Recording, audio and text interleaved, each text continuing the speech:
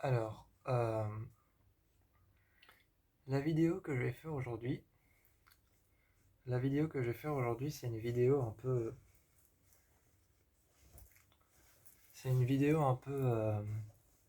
attendez, je me débarrasse de ça.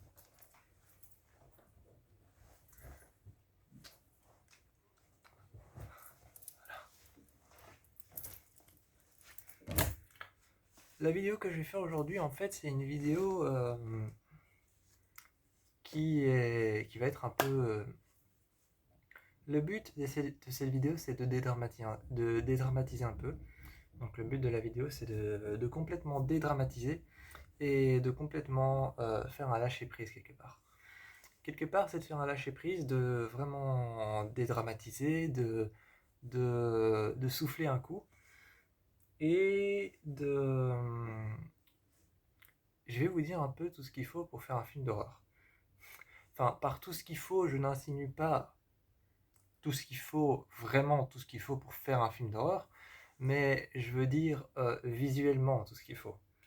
Alors, histoire de dédramatiser et de souffler, de faire un lâcher prise, je vais vous dire visuellement ce qu'on voit le plus dans un film d'horreur.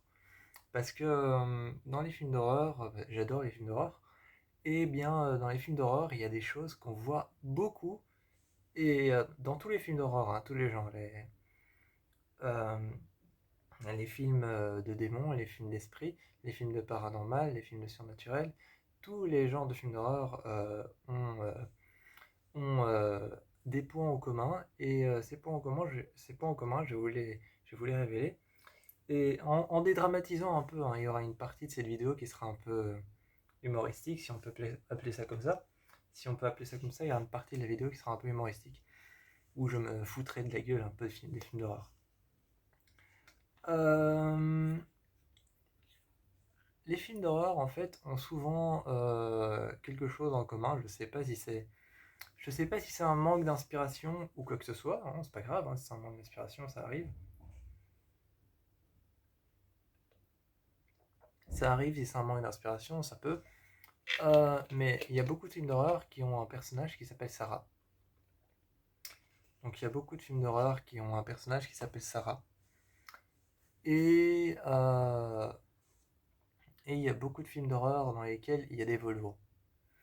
Je sais pas pourquoi les Volvo, hein. J'ai entendu dire que c'était parce que c'était les voitures les moins chères du marché.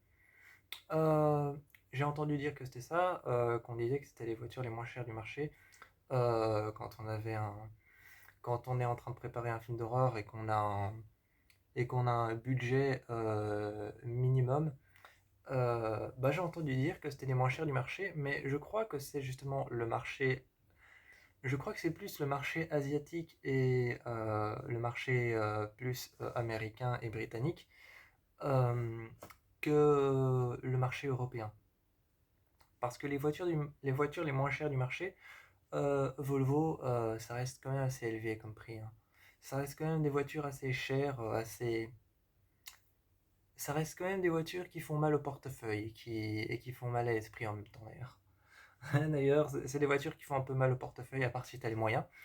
Mais en fait, je crois que c'est dû par rapport au marché américain et par rapport au marché britannique. Parce que ces voitures, en fait, elles sont toutes. Volvo a la. Volvo a justement la. Je vais pas rester longtemps sur Volvo, hein, je vais pas faire une vidéo entière sur les Volvo. Mais Volvo a la particularité d'être des voitures qui sont guidées par un ordinateur interne à l'intérieur de la bagnole, ce qui fait qu'elle est un petit peu complètement électrique, même si elle fonctionne à l'essence ou au diesel.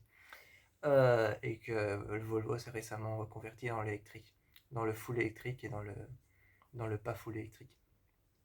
Donc voilà, donc les Volvo ont la particularité de fonctionner à partir d'un ordinateur interne qui, euh, qui est caché sous la voiture, en dessous des sièges, et qui par plein de câbles électriques, par plein de branches électriques, de bras électriques, relie le tableau de bord, le volant et les phares et tout, et les sièges chauffants.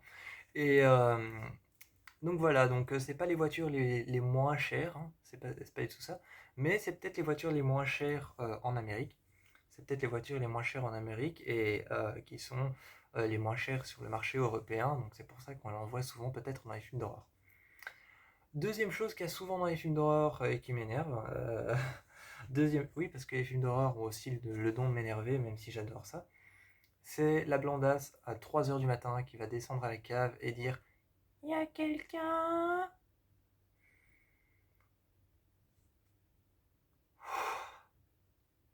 Elle m'énerve. Elle m'énerve, vraiment, elle m'énerve. Cette blondasse qui descend dans les films d'horreur à la cave à 3 heures du matin, qui dans un film d'horreur de démon aurait l'idée de descendre à la cave à 3 heures du matin avec son smartphone comme lampe de poche et descendre avec un couteau en disant «Y a quelqu'un?»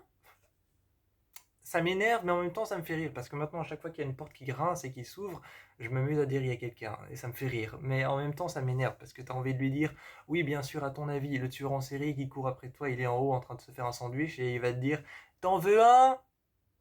Vraiment, chaque fois que je vois une meuf dans un film de serial killer dire il y a quelqu'un, j'ai vraiment envie de dire mais à ton avis, tu crois que le tueur en série avec son couteau, il va déposer son couteau gentiment sur la cuisinière et il va dire je me fais un sandwich, t'en veux un?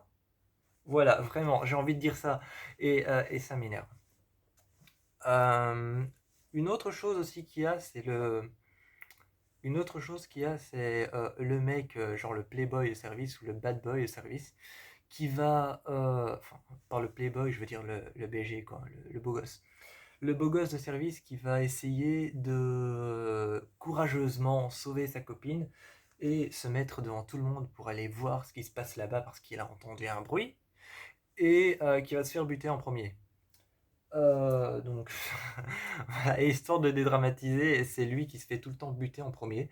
Je sais pas pourquoi, mais il y aura toujours ce playboy, ce bad boy de service qui va aller devant sa copine courageusement et qui va aider tout le monde pour aller voir le bruit qu'il a entendu et il va se faire tuer en premier. Et puis il y aura toujours ce con qui va dire on se sépare. Bien sûr, quelle bonne idée. Quelle bonne idée, se séparer dans un film d'horreur.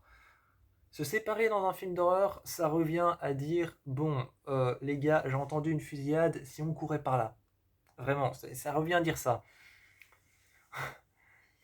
Vraiment, la personne qui dit on se sépare pour pouvoir mieux couvrir du terrain dans un film d'horreur, c'est comme dire venez, allez, on part chacun de son côté crever.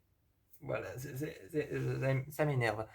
Euh, donc voilà, donc une Volvo, ça je sais pas pourquoi, apparemment c'est les moins chers du marché américain.